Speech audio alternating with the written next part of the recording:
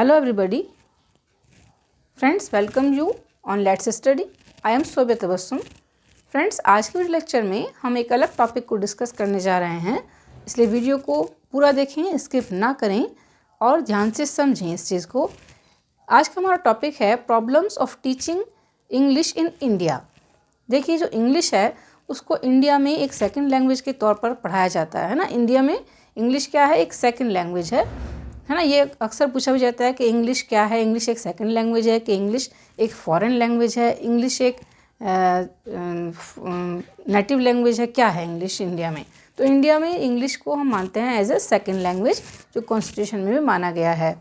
अब इंग्लिश को पढ़ाने में कौन कौन सी प्रॉब्लम्स हमें फेस करनी होती हैं इंडियन सर्कमस्टांसेस के अकॉर्डिंग। जब हम इंग्लिश पढ़ाना शुरू करते हैं तो इंग्लिश में क्या चीज़ें पढ़ानी पड़ती हैं हमें? First of all, sound system.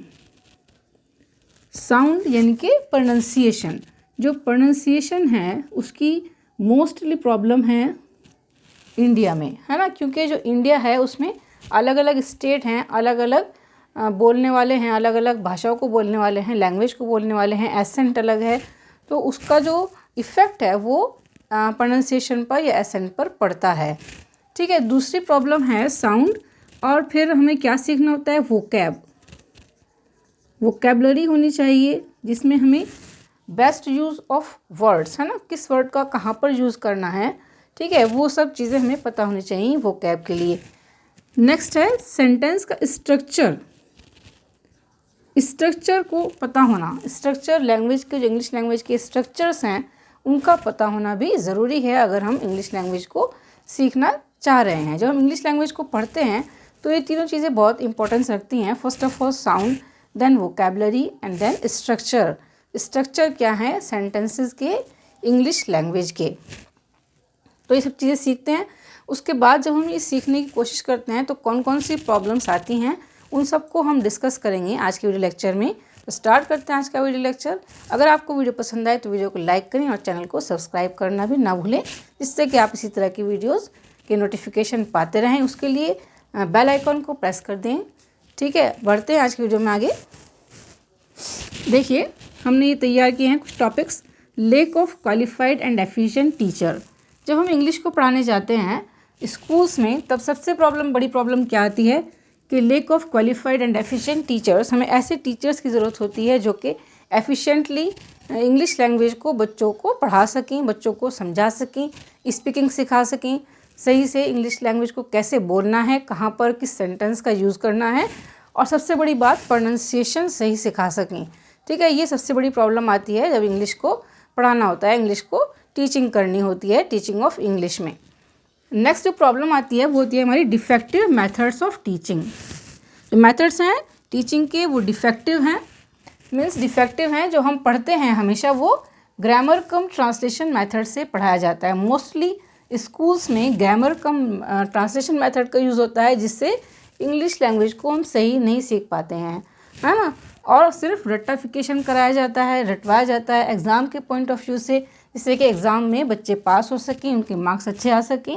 इस पॉइंट ऑफ व्यू को लेकर पढ़ाया जाता है इंग्लिश लैंग्वेज को। ठीक है, तो जो मेथड है पढ़ाने का, डिफेक्टिव मेथड्स ऑफ टीचिंग है, ये भी प्रॉब्लम है एक इंग्लिश लैंग्वेज को सीखने में इंडिया में।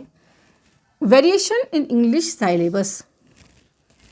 इंग्लिश साइलेबस, जितना भी साइलेबस है इंडिया में, ठीक है, अलग अलग स्टेट के अकॉर्डिंग वो अलग अलग साइलेबस बनाया हुआ है ना। साइलेबस पूरे नेशन में एक नहीं है किसी भी सब्जेक्ट का, चाहे वो इंग्लिश हो, चाहे वो कोई सा भी सब्जेक्ट हो, सबके जो साइलेबस हैं वो अलग अलग हैं, जिसकी वजह से प्रॉब्लम आती है इंग्लिश को पढ़ाने में। ठीक है। नेक्स्ट फिर हमारा है lack of teaching material.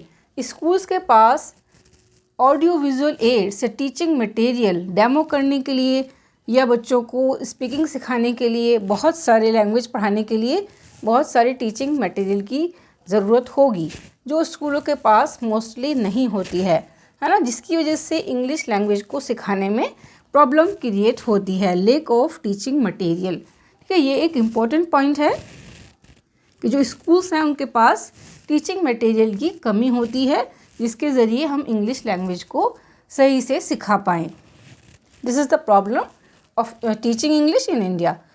Over crowded classes, mostly schools में जो क्लासेस हैं वो ओवर क्राउडेड होती हैं, स्कूल कम होते हैं, बच्चे पढ़ने वाले ज़्यादा होते हैं, और क्या होता है वहाँ पर जो टीचर है वो सही से अटेंशन नहीं दे पाता है, इंडिविजुअल अटेंशन बच्चे को नहीं मिलती है, जिसकी वजह से वो लैंग्वेज को सीख नहीं पाता है, इंग्लिश लैंग्वेज को पढ़ाने में प्रॉब्लम आती है, क्योंकि वो एक मदर टंग नहीं है, हमारी सेकंड लैंग्वेज है, उसको ज़्यादा से उसको सीखने के लिए काफ़ी एफ़र्ट लगाने होंगे, इंडिविजुअल बच्चों पर ध्यान देना होगा, तब सही से हम लैंग्वेज को सिखा पाएंगे। और क्राउडेड क्लासेस में, ओवर क्राउडेड होगी क्लास, तो टीचर जो इंडिविजुअल उसका अटेंशन है वो नहीं दे पाएगा, ना ही वो सही से पढ़ा पाएगा। तो ये एक प्रॉब्लम रहती है।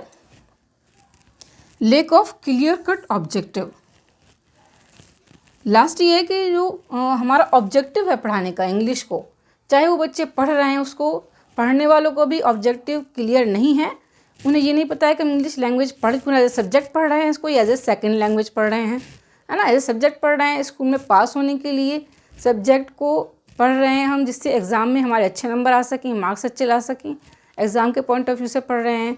ना ही टीचर को ये ऑब्जेक्टिव उसका क्लियर होता है कि जो इंग्लिश लैंग्वेज पढ़ा रहा है वो क्यों पढ़ा रहा है, तो हमारे पास क्लियर कट ऑब्जेक्टिव भी नहीं होता है। उस ऑब्जेक्टिव, जब ऑब्जेक्टिव क्लियर कट होगा तभी हम अपने टारगेट को पा सकेंगे। अब टारगेट को पाने के लिए जब ऑब्जेक्टिव ही क्लियर नहीं है तो वो टारगेट पूरा नहीं हो पाता है।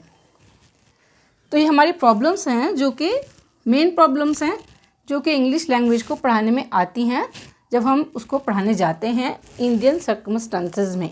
ठीक है, तो आज की वीडियो में इतना ही। आज के वीडियो लेक्चर में, नेक्स्ट वीडियो लेक्चर में हम कुछ और नई बात लेकर आएंगे और इंग्लिश पेडागोजी से रिलेटेड सभी टॉपिक्स कवर करेंगे। उसके साथ साथ जो 9th 10th क्लास है उसके लिए भी हमने एक सीरीज़ चलाई है, जिसमें हम 9th 10th क्लास की ग्रामर और 9th 10th क्लास की writing section and reading section को कवर कर रहे हैं। अगर आपको वीडियो अच्छी लगे तो चैनल को सब्सक्राइब करें और बेल आइकन को प्रेस कर दें। Thank you very much for watching my video. Have a nice day.